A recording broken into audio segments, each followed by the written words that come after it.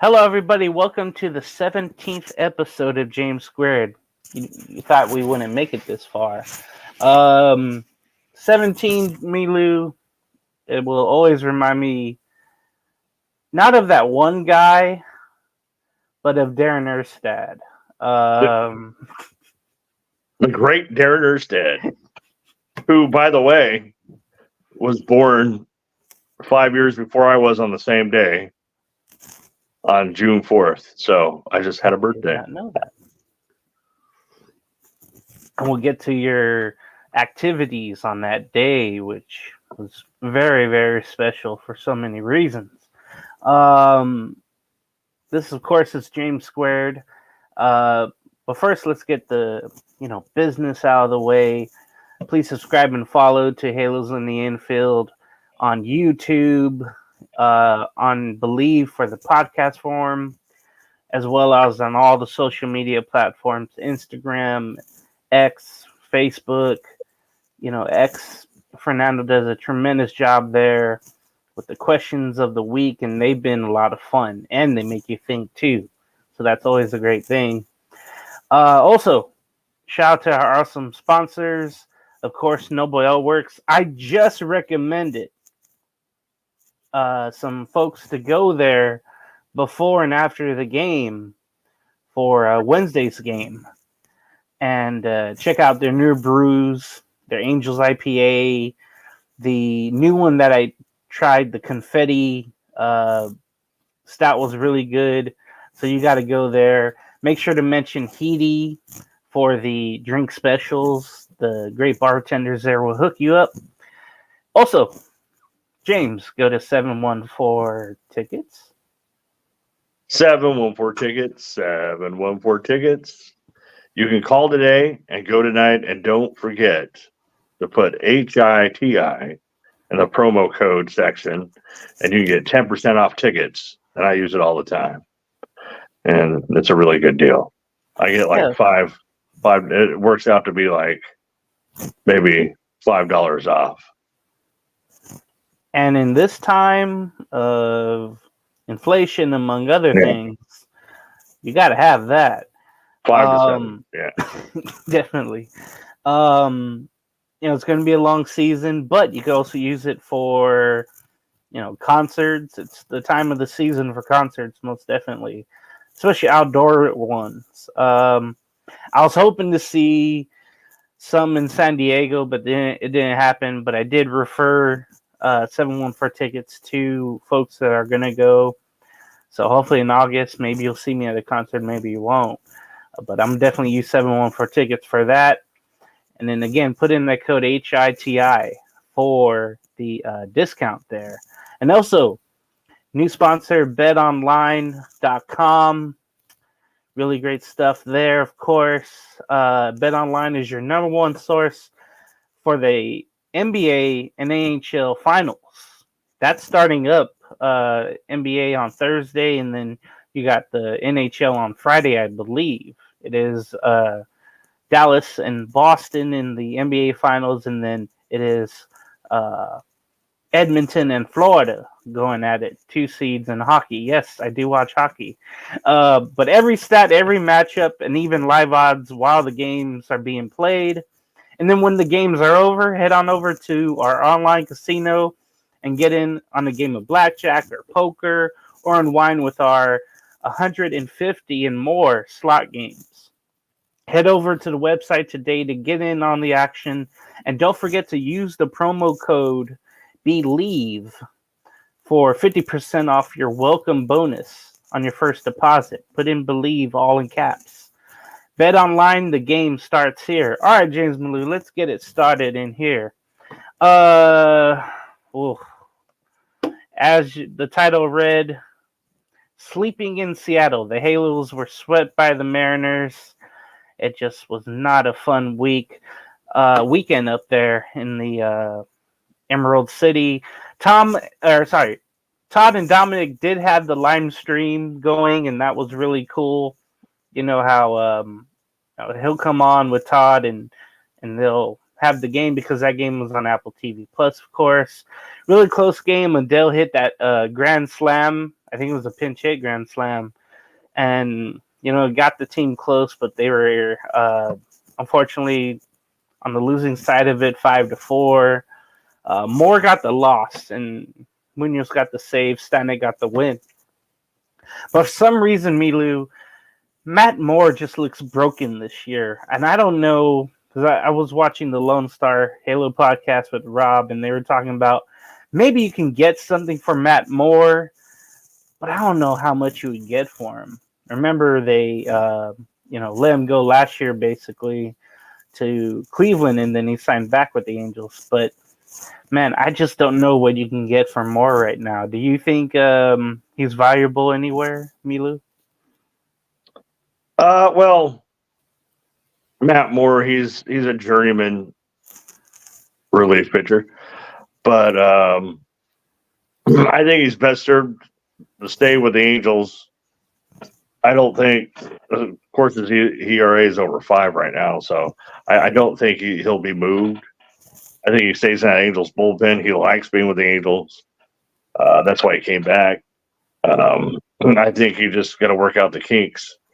He did get the save tonight, though, in the game against the Padres. For the first time in, I think, 2 years, they were saying something like that. His first save in a very long time, in a few years. So I don't know if you necessarily trade Matt Moore. I think he just stays in that bullpen because he's been a very serviceable setup man, aside from the last 3 or 4 games or so. But looks like he might be coming around again. So I think he stays with the Angels. So Saturday came in, Milu, on Fox National Television for West Coast viewers. Yikes. The Angels get shut out 9-0. Reid Detmers went to 3-6 on the loss and then was sent down to Salt Lake City. We'll talk about that later. It was just a real, just really ugly scene. It started Rodriguez, the single in the first, I believe. Yeah, no, bottom of the third. J.P. Crawford hit that grand slam, and that just demoralized Detmers. He hung it, and we'll talk more about him, of course. Rayleigh hit a home run to make it 6-0. Rodriguez had another RBI single. Raleigh had a double to bring home 2, and that was it for the Angels that night or that afternoon. And then Sunday came, the Angels lost 5-1. Luis Castillo looked really good, and then Canning just not enough. It seemed like Rayleigh had a home run bottom of the 4th, and then hit by pitch that brought home a run there. Mitch Garver had a double. That 8th inning was just ugly by the Angels.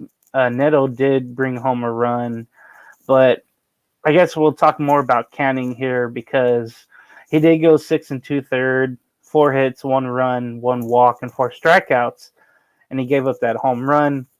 But again, Matt Moore had his issues with 2 walks. Garcia also with the walk there. It was just frustrating because, we'll talk about Sandoval's start later, but with Griffin Canning, he's so off and on, and that was one of his good starts. So it was really unfortunate with the Angels on that weekend in Seattle. They went to 21-38, did the Angels, before they came home to face the San Diego Padres, and a lot of their fans came up from San Diego. I knew about 12, I think, that did throughout the 3-game series. And as the title reads, yeah, the Halos did sweep the Padres. How, why, what, and when? And we'll get to all of it because it was kind of a shocker, Milu. We'll start on Monday. Of course, I'm down here in San Diego, so I follow the Padres. And Monday's game just seemed like an old National League game. If you watch, the Dodgers or the Padres growing up, when they had the pitcher hit. Of course, you had a pinch hitter later in the game for the pitcher. Strickland got the win. He's been pitching so much better, it seems like. Marijon got the loss for San Diego, and Esteves got his first of 2 saves in a row for the Angels, and that was his ninth. Machado started the series off in the top of the first with a long home run that went to the rock pile and it bounced around. That was his sixth of the season. And then Willie Cahoon came up big. Get it? He singled in Rengifo to tie the game at 1 in the bottom of the fourth. And Guillorme had a sacrifice fly to center, and Joe Odell scored easily. And again, Estevez got the save, and it was a 2-1 win for the Angels. And you thought, well, okay, they got lucky. Then came Tuesday, and Matt Moore got the win. Matsui got the loss for the Padres, and Estevez, got the save. One thing I want to mention about Monday as well, I believe it was Tyler Anderson who got the start. Yeah, it was Anderson, and he went 6 2/3.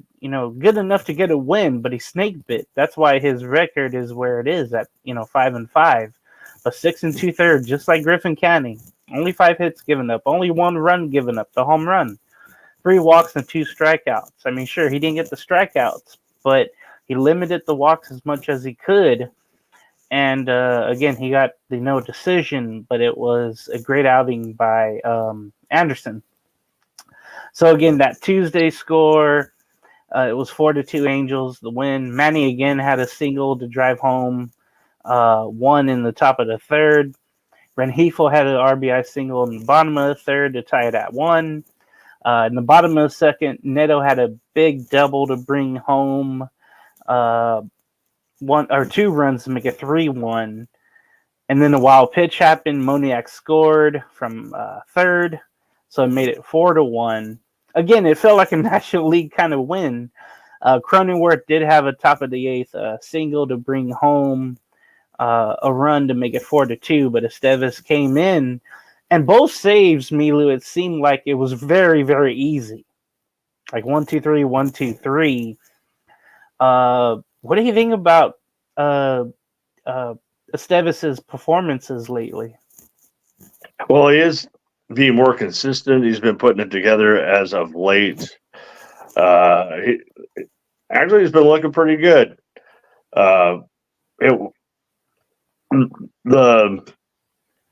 The key is to be consistent. He has been that over the last couple saves. But in this series, we got superb pitching, and then from everybody pretty much. There was very few mistakes. But yeah, Estevez, he's coming around again. We'll see if he can keep it up. Yeah, it's always fun to see him. It's the celebrations. The bullpen loves him. The team loves him. And I heard the radio interview after the game, and it sounded like he was genuinely excited about it. Yeah. The third game happened, and Padre fans out there were saying, we can't get swept by the Angels. If that happens, we're going to have wholesale changes down here. But the Angels won 3-2. Soriano got the win, and thank God he got the win. He's had so many, hard luck performances, or the offense wouldn't give him enough in quality starts. He improves to 3-5. Dylan Cease got the loss, and he struggled this game. He went to 5-5. And yeah, like you mentioned, with Estevez unavailable, Matt Moore got his first save in quite a while. The game started with the scoring bottom of the first. Nolan Shanuel had that big home run to center field to make it 1-0. And then Zach Neto had a 2-run home run with Ohapi up. Hopefully that's a thing we hear for years to come. Ohapi had the 2-run home run to make it 3-0 in the bottom of the second. Luis Ariz had a double. And then Taylor Ward, man. He had that awful, awful throw that got away almost to the Padre on deck goal. One former catcher, by the way. He was drafted as a catcher. I can't believe how far that. Yeah, it got to the Padre on deck circle. That was ridiculous. And then in the same inning, in that top of the sixth, Fernando Tatis had a single to drive home Ariz and 3-2. after Adele had some issues out there with the ball. And it sucks because Adele's been having a great defensive month. I believe he won the Defensive Player of the Month award in May. He's had those stellar highlight film, robberies, and then diving in, of course, or at the wall too. So the starting pitching, like we mentioned, with Soriano, 6 innings, and I guess that's the magic number for these Angels starters, right? Where you get to 6 innings, and that means you've done a good job or well enough job. Now the offense has to give you a win, or else it's the same South Park thing that Todd plays, where the lineup just is crap. Now I did read, the Angels only had 1 strikeout. It was Soriano, 1 walk and 1 earned run, 2 runs given up. Of course, that was that error by Ward. I don't know if he'll ever, throw harder. I just think he's so finesse. Soriano did give up 6 hits, but they were pretty much scattered. But it was just that 1 inning that there was a little, fracas there by Ward. So I was generally shocked. The Angels go to 24-38. The Padres now are a game under 500, and you can believe when Padre fans listen to the morning shows down here, it will be interesting. How many say, "How did we get swept by the Angels?" So Milu, I guess give us your opinions about the Mariners series and the Padres series, and the opposite of each. Well, it was like night and day. Let me tell you, Dr. Jekyll, Mr. Hyde. This team goes, as Todd says. The Mariners series, total breakdown, and some pitching. I think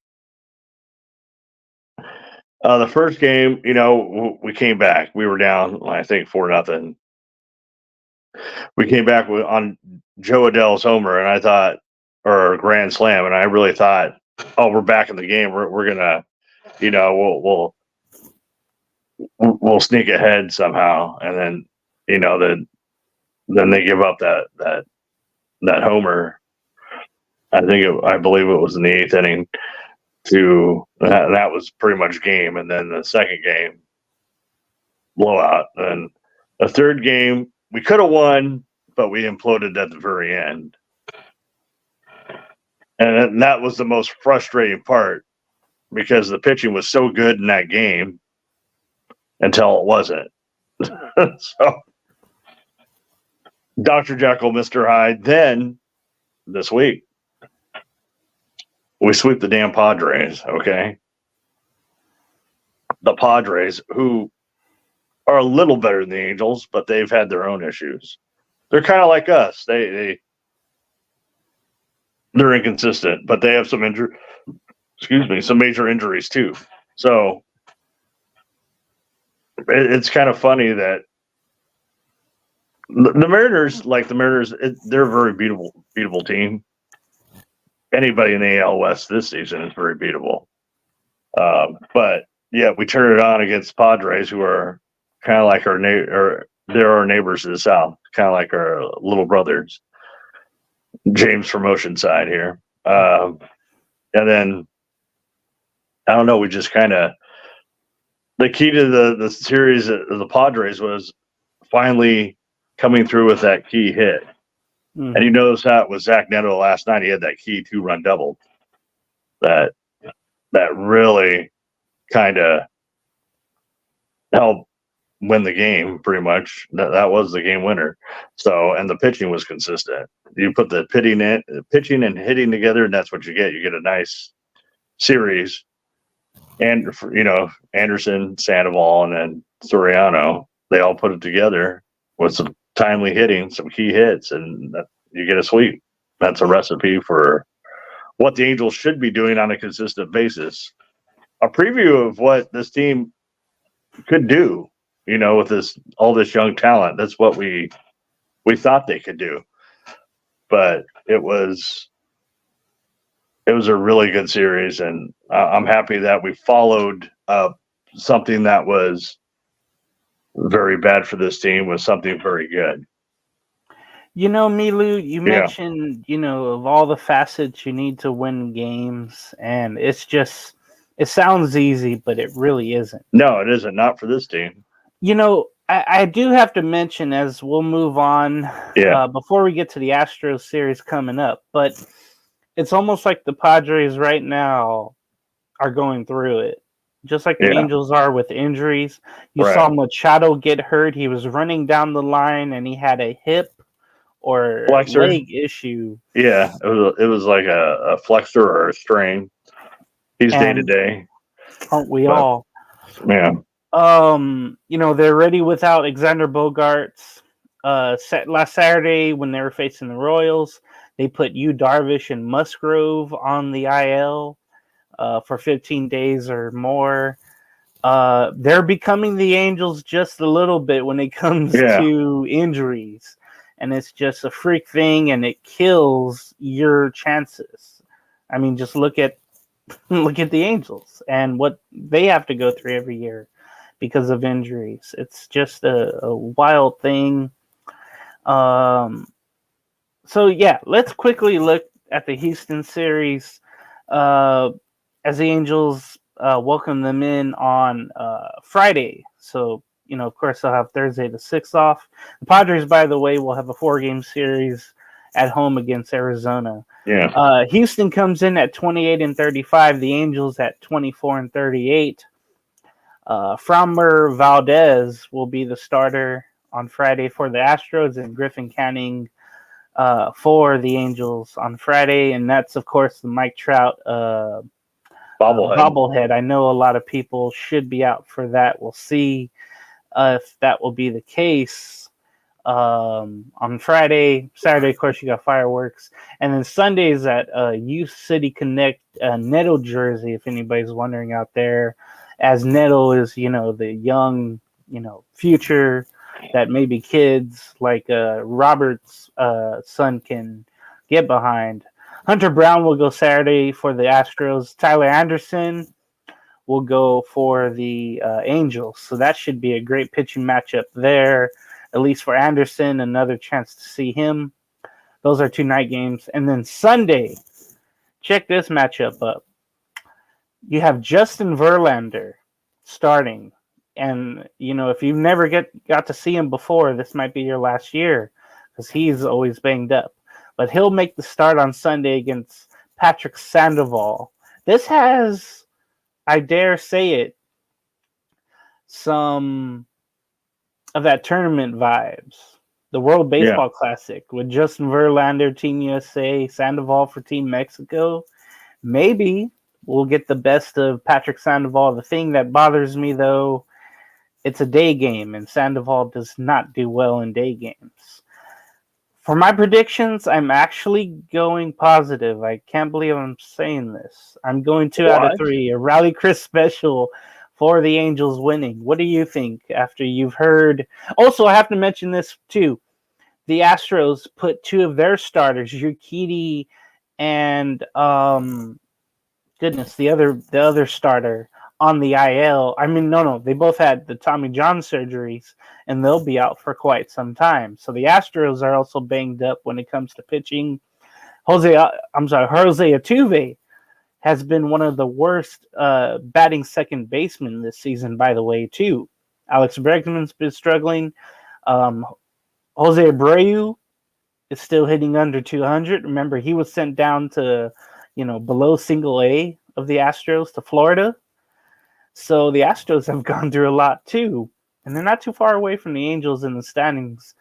But after hearing all of that, that's why I say that for my prediction. What do you think, Melau, of this Houston series with the Angels this weekend? Well, I think it's going to be much like the series in Houston where we took 2 out of 3. I'm also going with the Rally Chris special. I think they take 2 out of 3. The Angels are kind of semi-rolling right now. The pitching's been better, and the hitting's starting to come along a little bit. I'm not going to curse the team, but I think with all the Houston's pitching woes and the players not hitting their lineup, I think this is an easy 2 out of 3. I mean, you can't underestimate the Astros. They're still the Astros, but they're just not the same Astros that we're used to seeing. And I'm looking forward to that the day game matchup with Sandoval and Verlander. I think that's going to be a good one. Something to look forward to.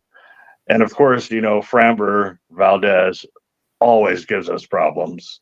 Mm-hmm. But I think if you could keep the ball away from Kyle Tucker, I think you have a good chance to win. He's an Angels killer. Bregman, usually an Angels killer, but he's vulnerable this season at least. And Jose Altuve, he always does well against the Angels, it seems. So if you keep the ball away from those three guys, and you can get to Framber Valdez like we did in Houston, you have a good chance to win the series.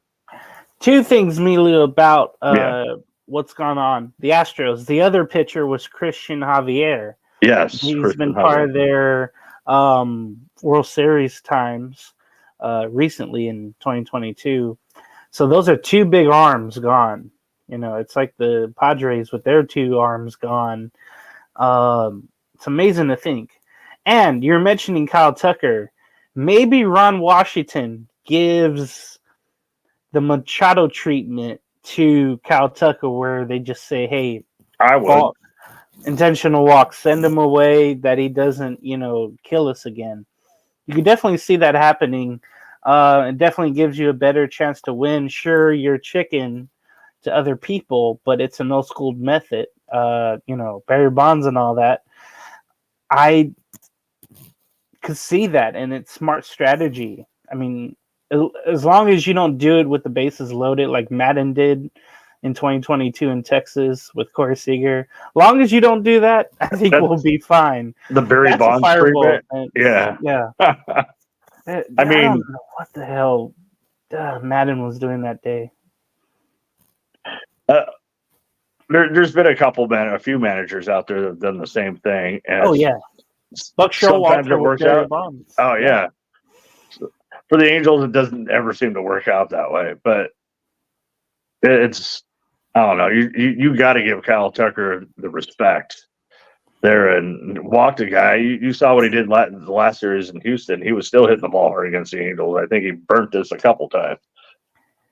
He is one of my favorite players, along with Anthony Santander. They're both right fielders, and they're both very, very underrated. Right.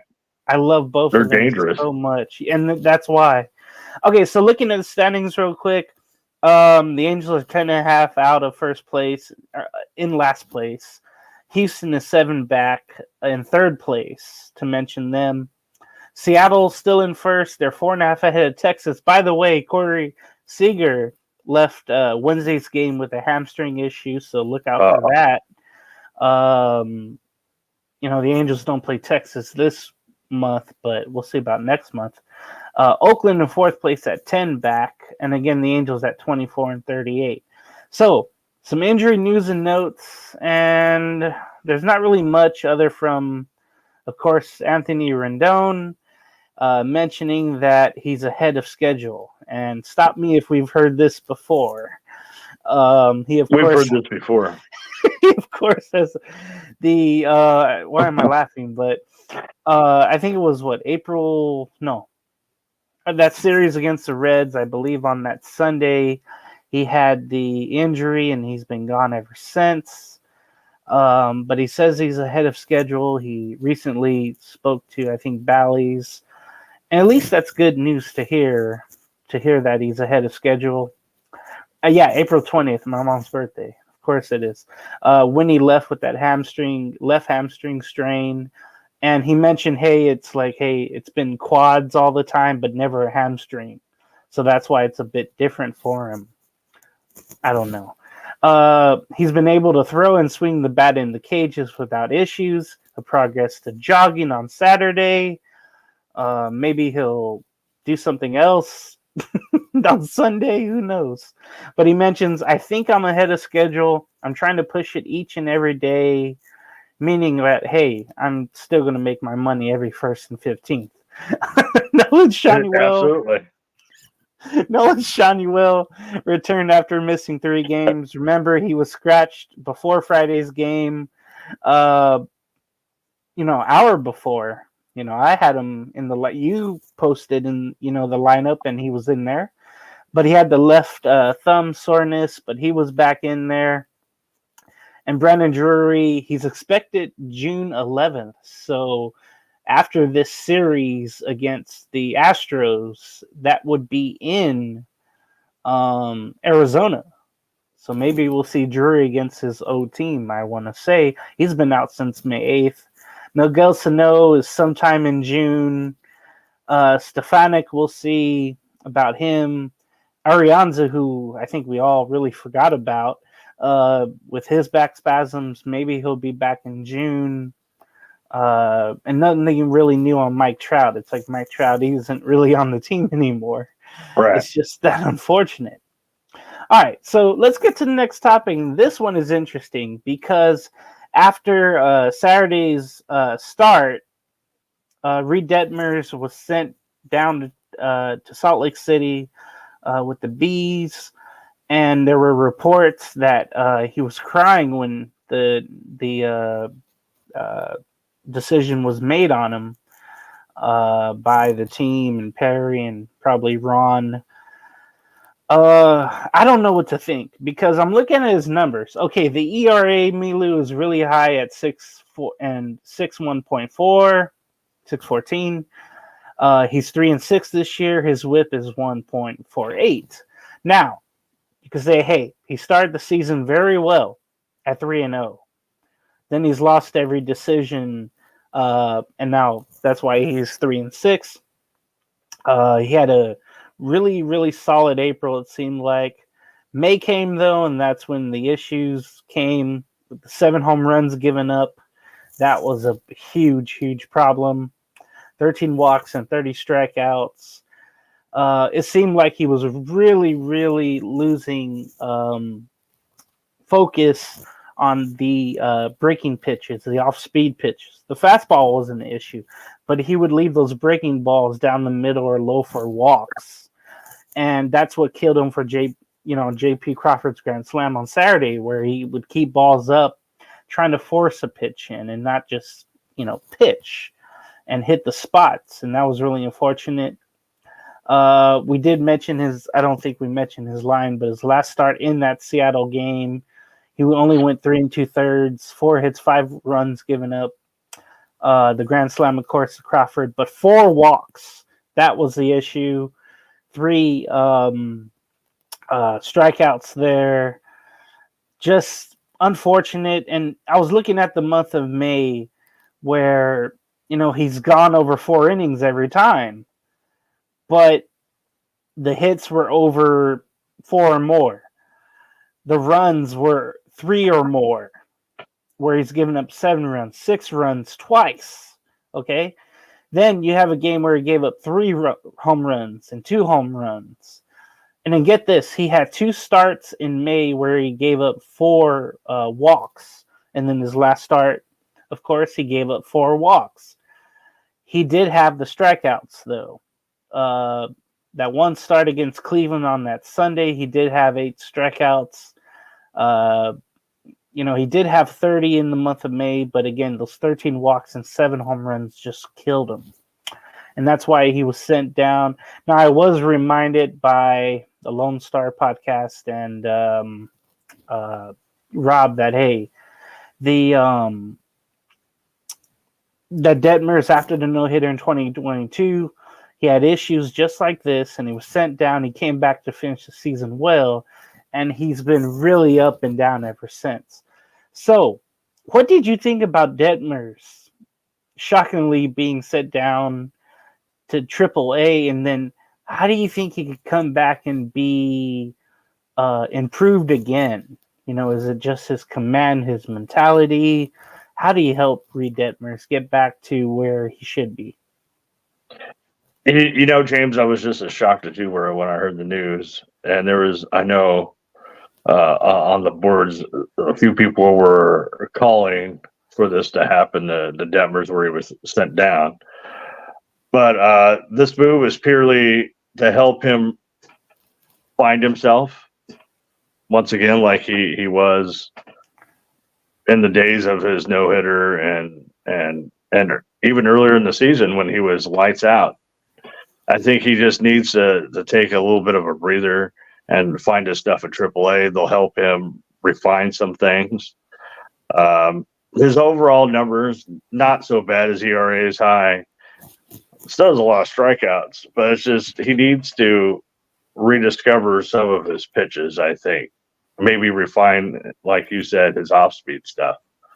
And in AAA, he'll have that opportunity because he'll have more time to work with the coaches down there and the personnel down there, and they'll help him through the struggles. Whereas major leagues, you gotta, when you're up, playing, the show, it's you gotta bring the results, and then AAA you can work on some stuff. So I think he'll have more free reign down there to do what he does, and then come back strong to the show and show everybody once again who Reid Detmers really is. So he just needs to.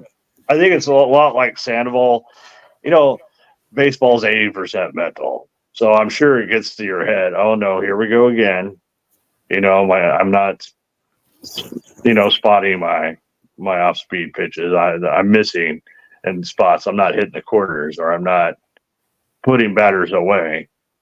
And I'm sure that plays on their psyches. And this will give him a little mental breather too. And he can breathe a little bit, and then hopefully come back and rediscover who he really is as a pitcher. And I think in time, it's going to be really good for him. So it's sad that, he cries. I know these guys, they want to compete at the highest level, but he'll be back. I mean, he's not going to be in AAA long. And I think they'll tell him the same thing. I'm like, you just gotta work on some things and then come back to the show strong. And so we'll see what happens. But I mean, yeah, it was kind of shocking, but it's not uncharted territory. There's been players in the past that, the Angels have sent down big players and they rediscover things. They, just like I said, they take some time with the coaches down there and they come back even stronger. So I think in Reid Detmers' case, that's what's going to happen. And I think they'll be better for it. Yeah, hopefully they get something going where it's almost like with Sandoval, and it's just amazing to think, how much work has to be done with him too.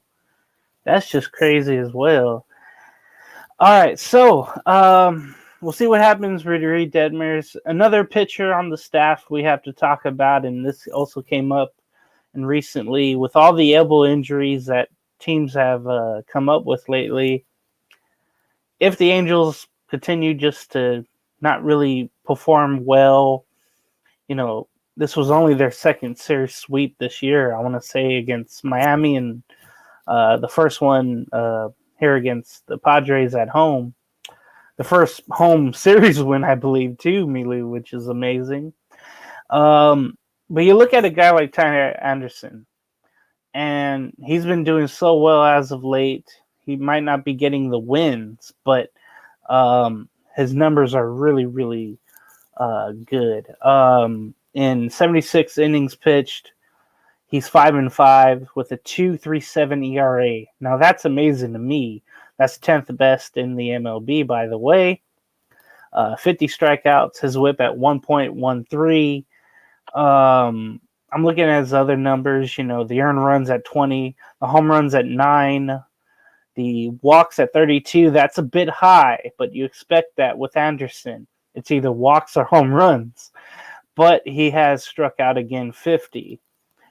54 hits given up, of course. But this is 12, he'll have his 13th start, I believe, on Saturday. And we'll see if that's the case. But if the Angels, again, they continue to, fail on the season, I just wonder what some destinations are out there.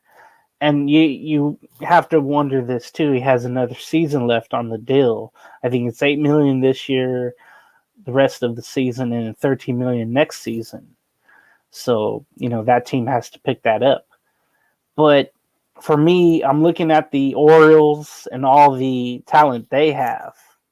I don't know how much you can get for it. And then I'm of course looking at starting pitching. And they don't really have starting pitching, but they have outfielders. They have, infielders that maybe you can look at.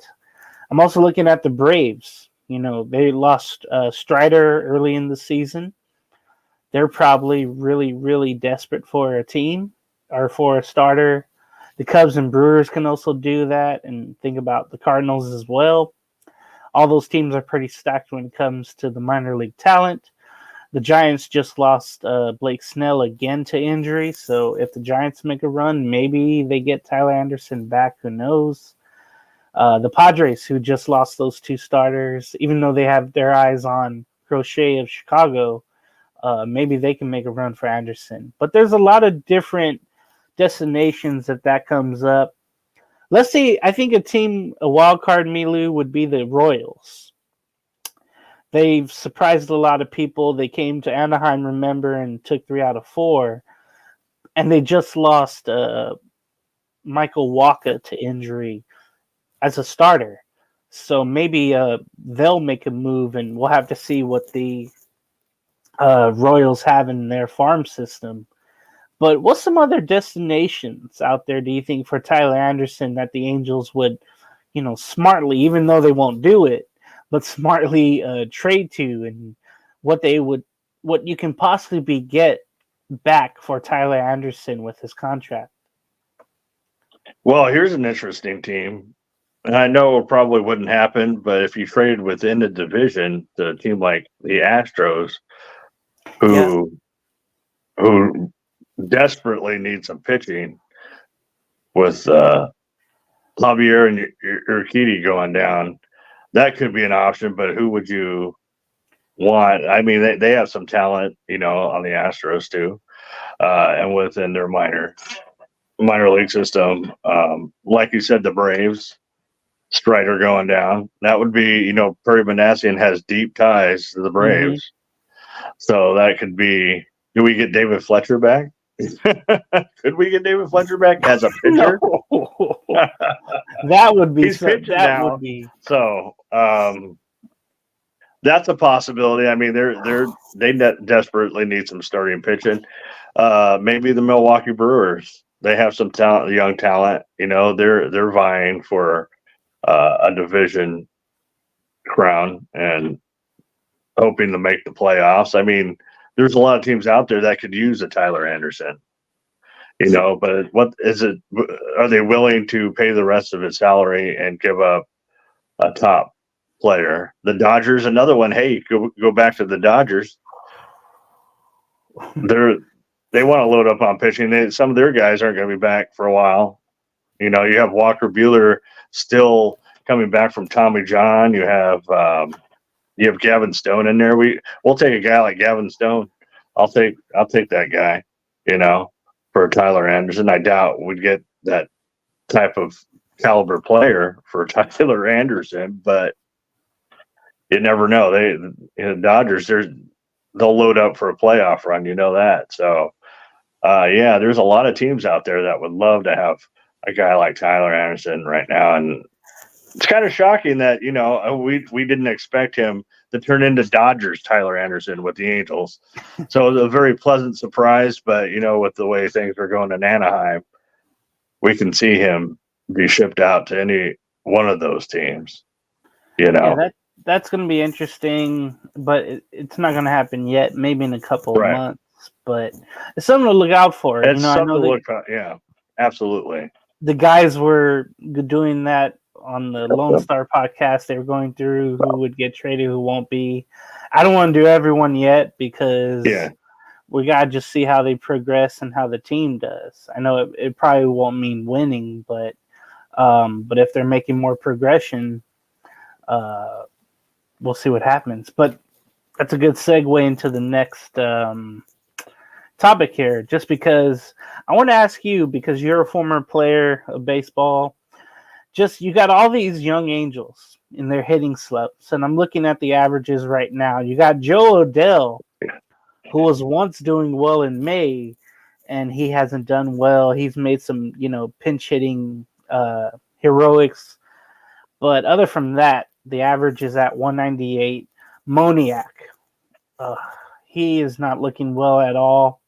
He's hitting 161, which is just pitiful.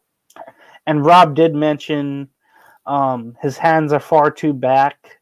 They need to make a little adjustment. I don't know if nobody's seeing that with the Angels hitting crew and Johnny Washington. I don't know what is going on with him. Some other ones, I guess Nolan Schanuel at 216. I think you were hoping for him to be more of an average hitter, better average hitter, but either he pops up or he's striking out too much, trying to undercut things. Maybe that's an issue with him. I'm trying to think of anybody else, but a lot of other players. Oh, Kyron Paris. He's just struggling. He had the throwing error on Wednesday night, but he's struggling in all facets of the game. He did that, last season when he was up. He's only hitting a $125. Cole Tucker 190. So there's some players, and some are young, some are veteran and journeyman, like Willie Calhoun. He's hitting 284, but he's bound to fall. And no one can be, of course, Kevin Pillar, at 36 hitting the lights out. But for those guys like Adele, Moniak, and Kyron Paris, how do you get these young halos out of their hitting slumps? What would you start with, Melau, and how would you go through the process? Well, I see what Wash is doing here. He's playing them every day, and we have nobody else. But I mean, you play these young guys every day. Eventually, you think they're going to get out of their slumps. They're going to experience. They're getting valuable experience seeing major league pitchers on the daily, and by playing these guys, eventually they'll get out of their slumps. But on the same token, you're playing guys that are probably double A caliber, and you bring them up. Like, look at Schanuel last year. He was our first round pick last year, and we just bring him right up. He was a stud, but at the same time, we're seeing that effect happening now. You're going to have growing pains. He's going to go through a slump. He's still getting used to major league pitching. This is his first full year in the majors when it probably should have been. He should be in double A right now. But, we were forced because we have no first baseman. He was forced, and he was a pretty good hitter. Kyron Paris, he's just up here to fill a space. He's just a warm body. When Drury comes back, he's probably going to be sent down back to the trash pad as double A. But, like you said, he is struggling in all facets. But, Wash is giving him the opportunity to play almost every day and to see what they're trying to evaluate these kids and see what they got, But I totally expect him to be sent down in AAA when we get some guys back. And then we saw it happen to Neto last year too. Mm-hmm. He had an injury, but he slumped, and even this year he was slumping. They're young. Hoppy's gone through his slumps.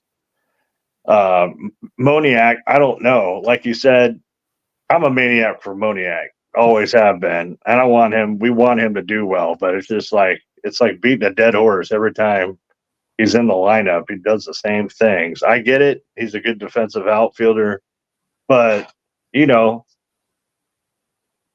to go with a guy like Kevin Pillar, who is slumping a bit now, by the way. But you got to go with your hot hand. I don't get why they keep playing Moniak over Kevin Pillar all the time. I get Pillar's 35, but he's your hottest hitter. So yeah, all these guys, they're trying to get the experience, but it's out of really necessity rather than getting the experience. Because, like I said, We don't have much of a team. So Wash is doing the best he can with what he's got. And then most of these guys would be, like I said, in the minors right now if we had guys that were healthy. So with the exception of Sean Well, he's up here for the duration. And I think that's the only guy, Mickey Moniak, that he's a fourth outfielder at best. Yeah. So, these guys, they got to play through it right now. And I know it's frustrating because I look at the lineup every day just like you do, James. And I'm like, why is this guy in here? Why is Paris still in here? Why is Moniak playing? And I know Todd's thinking the same thing because him and I, on our thread, I'm always, when I toss out that lineup, Todd always has something to say about it. I'm like, yeah, but it is what it is right now, and it's until we get players back. This is what you can expect. So you just got to let them play through it. Sometimes it's no matter how it is. The Angels aren't in a. It's not like we're playing for anything right now, anyway. So it seems like it's learning on the fly. And learning on the fly, exactly. That's exactly what it is. Was just evaluating to be that way for the Angels, and just for what I mentioned, evaluation. That's what it seems like. And Melau, you thought I forgot, but I got sidetracked. But something happened this week, and the headline will read, "Happy birthday to you, Melau. Happy birthday, happy birthday." It was on Tuesday night, and thank you very much, Jay. And what'd you do? Well, of course, I celebrated at the Angels Padres game. Of course, I got to see that 4-2 win. Sandoval pitched a great game. I met up with the hot dog lady. I don't know if you know who the hot dog lady is. The lady, Catherine Rhodes from Halos Nation. Our good friends at Halos Nation. She celebrates, or not celebrates, but her tradition is to eat a hot dog before each and every game. There you go. And we say, put it in your mouth. That's her thing. And that's what it's tradition. We have all these certain Angels people like Rally Chris and the Angels grandma. We have Catherine Rhodes, who's the hot dog lady. And you see these people at games, and they're kind of famous, Everybody knows them. They love to give these people a big hug and hang out with them, and it was great. And then thank you, James. Yeah, I had a great birthday. I was out there with my girl. Jeff Howe from Halos Nation was out there too. A couple other people. It was nice to run into them, and and we got the win and eventually the sweep. So it was a very special day for me. I turned the big 4-5. I know I don't look it, but it's I'm looking forward to this year, and thank you very much. I appreciate that. Yeah, I got sidetracked with all the Padre news and all the injury news. I'm thinking, I forgot, because it was on the other script. But I hope it was a good one, and it's always good when the team wins. I can remember the Angels winning one time on my birthday. It was on October 27th of 2002, and that of course was the big one. Yeah, the big one, and that nothing can top that. I haven't been happy since on my birthday. That's been my best present ever. I just want to get back to winning, like Todd mentions all the time. We all do. Just what it is. You know what has to happen. Yeah. Sell the team already. We don't even know how it feels anymore. How does it feel to? I miss those days. Yeah. Well, luckily enough, though, we had a sweep of the Padres somehow, and you did get a blanket as well. I want to say. I got a blanket, and it was very soft. I'll say that. At least they didn't give it out in August like one year. What? Hey, I don't know, man. Well, technically, it is the summertime now. It's between spring and summer, but I mean, it's still a those little cool outside. nights. Yep, It's a you still little cool, so it makes more sense in August where it's like 100 degrees out at the game in Anaheim, at least, and sweating. Yeah, that does not make sense. You're right. That's All funny. right. So again, go to betonline.com, 714 tickets, and Noble Oil Works for the sponsors. Check out Heidi on all the social media platforms on believe.com. Mhm. And thank you, Milu, for coming on, of course, on James Squared. And we will see you next time for the 18th episode. Later, folks. Later. Let's go Halos.